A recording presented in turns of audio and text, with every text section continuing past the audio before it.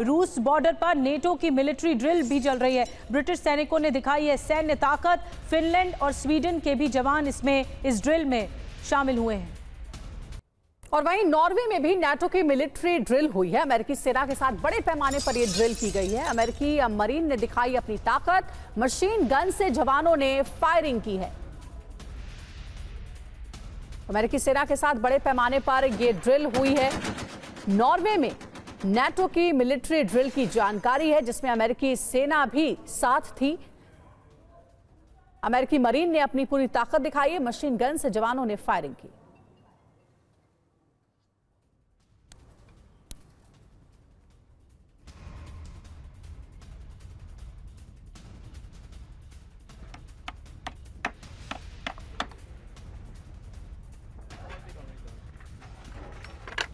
और मनीष हमारे सहयोगी हमारे साथ जुड़ गए। मनीष, ये जो हम तस्वीरें दिखा रहे हैं, UEN Jaipur is a perfect target for prospective students aspiring for good jobs, good education with future-ready skills.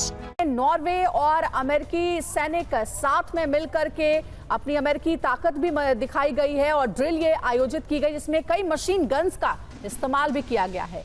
इस ज्वाइंट ड्रिल का मतलब क्या समझा जाए? देखिए, ये जो डेवलपमेंट हो रहा है रूस और नाटो के बीच, ये वाकई में चिंताजनक है, क्योंकि यहाँ पर कई सारे डेवलपमेंट्स हो रहे हैं। एक तरफ अगर आप देखें कि नाटो के सेक्रेटरी जनरल नॉर्वे गए थे, फिर नॉर्वे में अमेरिकी सैनिकों के साथ उनकी ज्वाइंट एक्सरसाइज हो रही है। वहीं दूसरी तरफ अगले महीने जून में नाटो समिट होने वाला है, जिसमें तय किया जाएगा कि अब आगे रूस के साथ किस तरह से इंगेजमेंट होना है। फिनलैंड और स्वीडन अलग तरह से सक्रिय हैं और इस बीच पिछले 24 घंटे के दरमियान हमने देखा कि कैसे रूसी के 2 फाइटर जेट जो हैं वो फिनलैंड के एयर स्पेस में वो प्रवेश करके, जो अब तक नहीं दिखाई दिया था। देखिए, रूस और फिनलैंड के बीच बॉर्डर वैसा नहीं है जैसा भारत और चीन के बीच में है, जहां पर बहुत कुछ डिसाइड नहीं है तो रूस ये दलील दे दे कि यहां पर हम गलती से चले गए। इसका मतलब है कि रूस ये कह रहा है कि देखिए, हम आपके एयर स्पेस में जा सकते हैं और आप किसी भी तरह की तैयारी अगर नाटो के साथ करते हैं तो उसका खामियाजा आपको भुगतना पड़ेगा।